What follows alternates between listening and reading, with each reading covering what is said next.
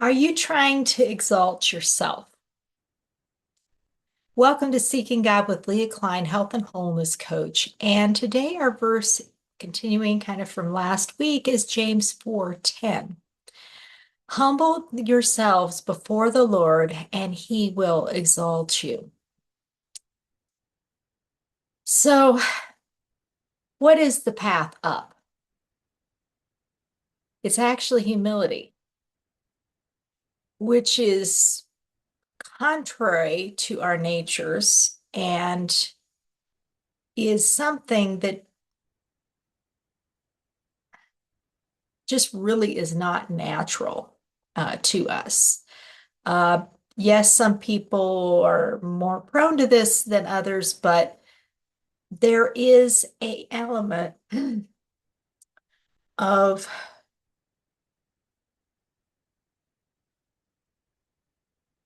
false humility that you run into regularly where you are thinking of yourselves as less than. And that's not necessarily what we're talking about here. This is talking about not necessarily thinking about yourself at all. This is talking about thinking of others and what you could do for them over thinking of how it could benefit you. And when you think of it in that perspective, it's small wonder that humility is rare. It's not what is the default. Our default is to think of ourselves. And of course, I think it's become a cultural thing that it's all about me, that has gotten worse, I feel, in the last, 50 years. And probably a little longer than that, but uh, that there is this, it's like it's not valued anymore, that thinking of others more than you think of yourself is not seen as a virtue in outside the church. In the church, yeah, it's still considered a virtue usually. Um, Unless your church is really doctrinally out there, it's usually considered a virtue in Christians. But out there in the world, it's it's not even really valued anymore. It's which is a sad, a sad state. And we need these things like this verse to remind us that it is still important to God. Whatever the world may think of the subject, it doesn't matter because God values it. And if God values it, we should value it. And all of our worth that we have is derived from the worth He has given us. It is not, He did not choose us because we were so great. He chose us, you and me. He chose us based on His choice and it had nothing to do with anything that we could say or do. Otherwise, it would be earned. And if it could be earned, it could be lost. And that is a situation you do not want to be in, and it's not really scriptural.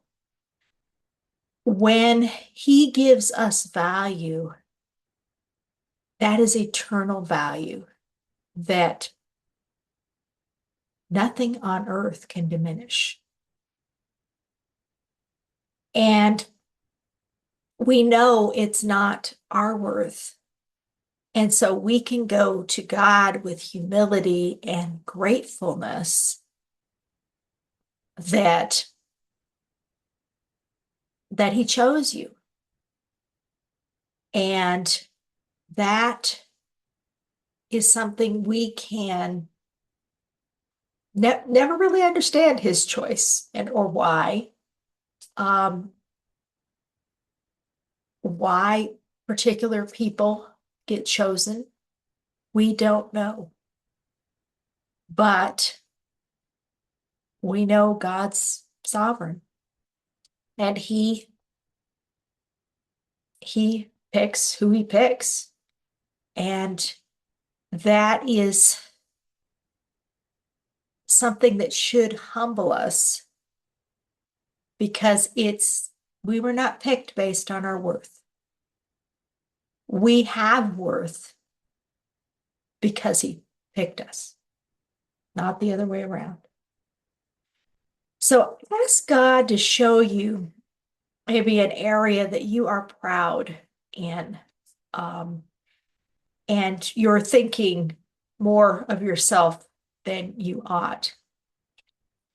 And if you're having trouble hearing God, let me show you why that might be happening and how to connect with him more deeply with my free ebook, Seeking God. It's available at healthturnaroundcoaching.com/seeking-God. And that link is also in the show notes. And to wrap up our time, I'm going to do Breathe on Me, Breath of God. And if you know it, feel free to sing along. If you don't, feel free to just listen. Breathe on me, breath of God. Fill me with life anew, that I may love what thou dost love and do what thou wouldst do. Breathe on me, breath of God, till my heart is pure, until with thee I will one will to do and to endure. Breathe on me, breath of God, till I am wholly thine, until this earthly part of me glows with thy fire divine. Breathe on me, breath of God, so shall I never die, but live with thee the perfect life of thine eternity. And I will see you next week with another verse. See you then.